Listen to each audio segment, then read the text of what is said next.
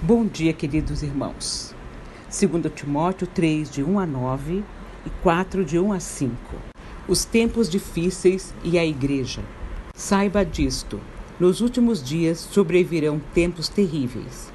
Os homens serão egoístas, avarentos, presunçosos, arrogantes, blasfemos, desobedientes aos pais, ingratos, ímpios, sem amor pela família, irreconciliáveis, caluniadores, sem domínio próprio, cruéis, inimigos do bem, traidores, precipitados, soberbos, mais amantes dos prazeres do que amigos de Deus.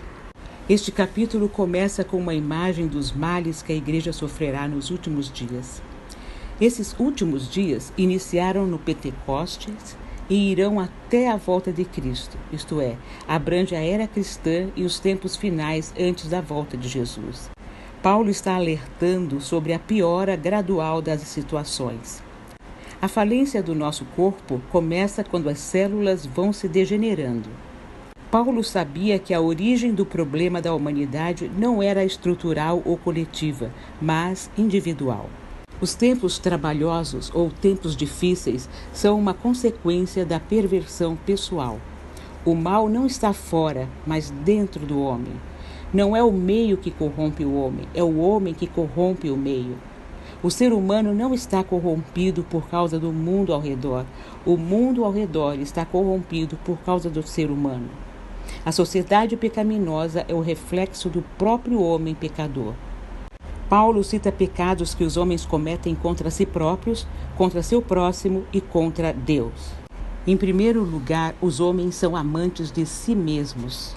Sempre que o eu vem antes do outro, tornamo-nos egoístas. As prioridades da vida devem ser adorar a Deus, amar ao próximo e usar as coisas. Porém, quando as coisas estão invertidas, esquecemos-nos de Deus, usamos as pessoas e amamos as coisas. O egoísmo é a idolatração do eu. Sempre que nossos interesses sobrepõem aos interesses do próximo, as relações adoecem e a vida se perde nos enredos da indiferença e da injustiça. O mundo está adoecido e marcado pela violência, porque cada um vive para si e enxerga o seu próximo como alguém a ser explorado e até destruído para se ganhar vantagens pessoais. Em segundo lugar, os homens são amantes do dinheiro. O dinheiro é um feitor de escravos. É o ídolo mais adorado da nossa geração. As pessoas vivem e morrem por causa do dinheiro.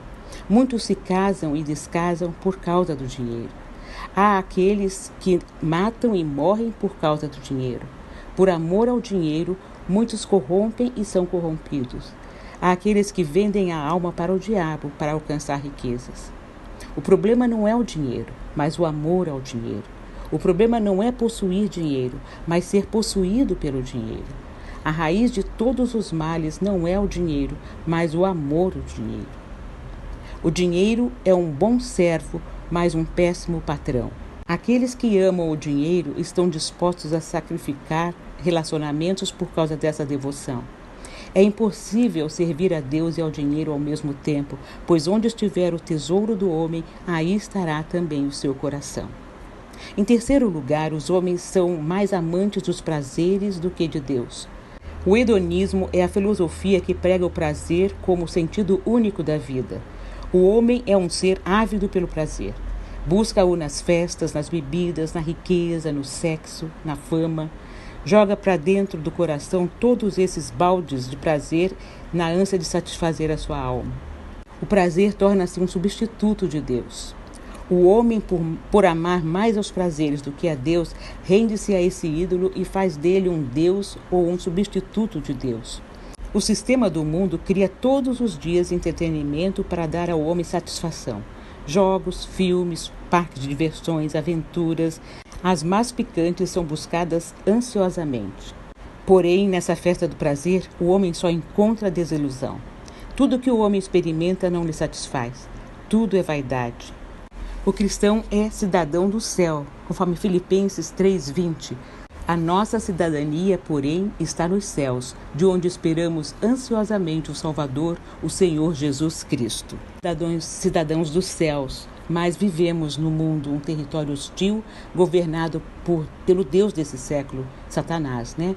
João 17, 14 a 18, segundo aos Coríntios 4, de 3 a 4. E nós temos que lidar com homens que rejeitaram a verdade de Deus para seguirem os desejos deste mundo. Paulo faz uma lista desses atributos, destacando o seu egoísmo e o seu amor para tudo aquilo que é contra a vontade de Deus. Versículo 5 diz: tendo aparência de piedade, mas negando o seu poder, afaste-se destes também. Paulo fala da espiritualidade independente da vida. Todos os problemas relatados anteriormente descrevem não apenas o mundo ímpio, mas pessoas religiosas. Frequentam a igreja, mas não mudam a vida. Têm aparência e palavras religiosas, mas sem poder, aparência externa sem realidade interna, religião sem moral, fé sem obras. As pessoas entram para a igreja, mas não são transformadas pelo Evangelho. O versículo diz: foge também desses. Lemos na primeira carta de Paulo aos Coríntios, capítulo 5, versículos 9 a 13, diz assim: já disse por carta que vocês não devem associar-se com pessoas imorais. Com isso, não me refiro aos imorais deste mundo, nem aos avarentos, aos ladrões ou aos idólatras. Se assim fosse, vocês precisariam sair deste mundo.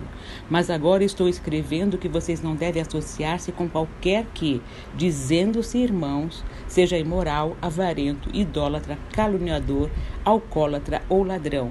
Com tais pessoas vocês nem devem comer. Pois como haveria de eu julgar os de fora da igreja? Não devem vocês julgar os que estão dentro? Deus julgará os de fora. Expulsem esse perverso do meio de vocês. Paulo está dizendo que não se deve ter comunhão com aqueles que se dizem crentes, mas vivem de forma desordenada ou hipócrita. Voltando a 2 Timóteo 3, versículo 6. São esses os que se introduzem pelas casas e conquistam mulheres instáveis, sobrecarregadas de pecados, as quais se deixam levar por toda espécie de desejos. Elas estão sempre aprendendo, mas jamais conseguem chegar ao conhecimento da verdade. Como Janes e Jambres se opuseram a Moisés, esses também resistem à verdade. A mente deles é depravada, são reprovados na fé. Não irão longe, porém, como no caso daqueles, a sua insensatez se tornará evidente a todos.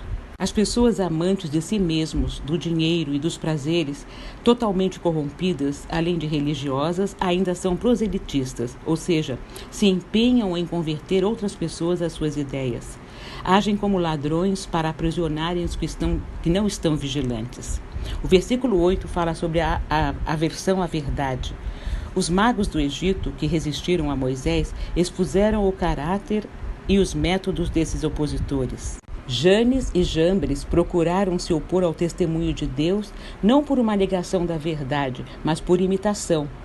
Eles se esforçaram em mostrar que o seu poder, embora confessadamente derivado de outra fonte, era tão grande quanto o poder de Deus e que eles poderiam produzir resultados iguais aos produzidos pela palavra de Deus através de Moisés. O que Moisés fez pela palavra do Senhor, eles fizeram também o mesmo com seus encantamentos. Está lá em Êxodo 7:11, 7:22, 8:7. Mas a sua loucura foi exposta. Eles poderiam produzir resultados notáveis, mas não poderiam dar vida.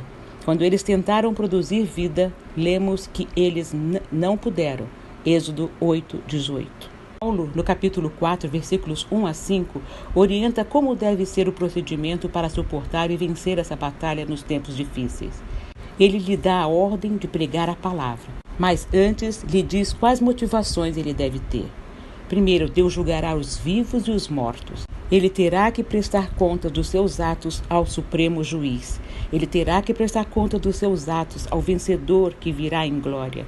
Terá que prestar conta dos seus atos ao Rei dos Reis, que vem para estabelecer seu reino.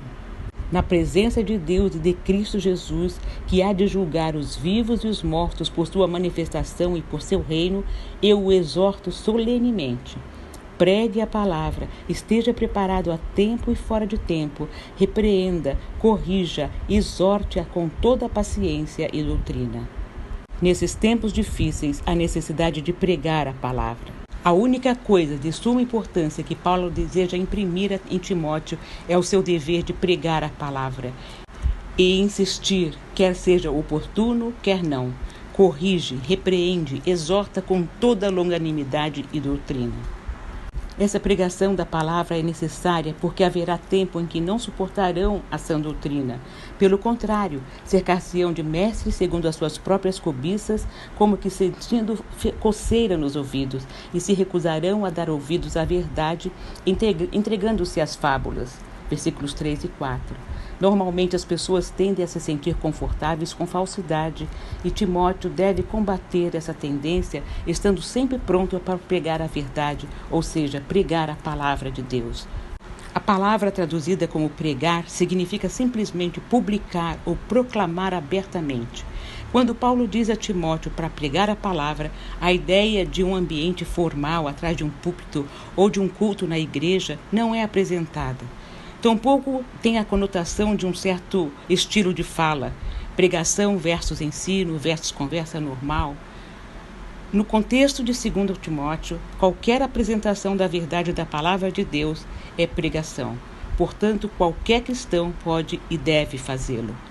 Pregar a palavra significa simplesmente comunicar a verdade da palavra de Deus. O versículo nos diz que devemos estar prontos para fazer isso quando for conveniente ou quando não for. Talvez um dos mais convenientes momentos seja quando os membros da igreja estão reunidos para ouvir o pastor pregar. Talvez um dos momentos mais inconvenientes seja quando um grupo de colegas de trabalho está reunido no escritório conversando. Mesmo quando é inoportuno, devemos proclamar a palavra com toda longanimidade e doutrina, mesmo quando a situação exige admoestação. Existe um ditado popular entre muitos cristãos que é frequentemente atribuído, provavelmente de maneira incorreta, a São Francisco de Assis. Pregue o evangelho em todos os momentos, se necessário use palavras. Normalmente os cristãos entendem que isso significa que podem viver a verdade de Deus diante dos outros e nunca realmente explicá-la, e que isso será suficiente para cumprir o mandamento de Deus de pregar o Evangelho. 2 Timóteo 4:2 contradiz essa interpretação. Claro, nossas vidas nunca devem diminuir a importância da palavra de Deus em nossa mensagem. De fato, o cristão é chamado para viver de maneira a tornar o Evangelho atraente. Tito 2:10. Em última análise, porém, a fim de realmente proclamar a palavra de Deus, devemos usar palavras. Não é fácil ser cristão nesses últimos dias. O povo de Deus vive como se estivesse remando o tempo todo contra a correnteza. E de fato estamos. Travamos diariamente uma luta contra o mundo, a carne e o diabo. Temos que combater zelosamente os inimigos que querem nos afastar dos propósitos de Deus para a nossa vida. Quanto mais a vinda do Senhor se aproxima, mais intensos serão os desafios aos quais seremos submetidos. Precisamos estar atentos e vigilantes e continuar a combater o bom combate. Não estamos sozinhos nessa batalha. Lembrem-se, somos mais do que vencedores em Cristo Jesus. Assim, devemos seguir rumo à vitória, tendo Cristo diante de nós e nos fortalecendo para a batalha. Amém.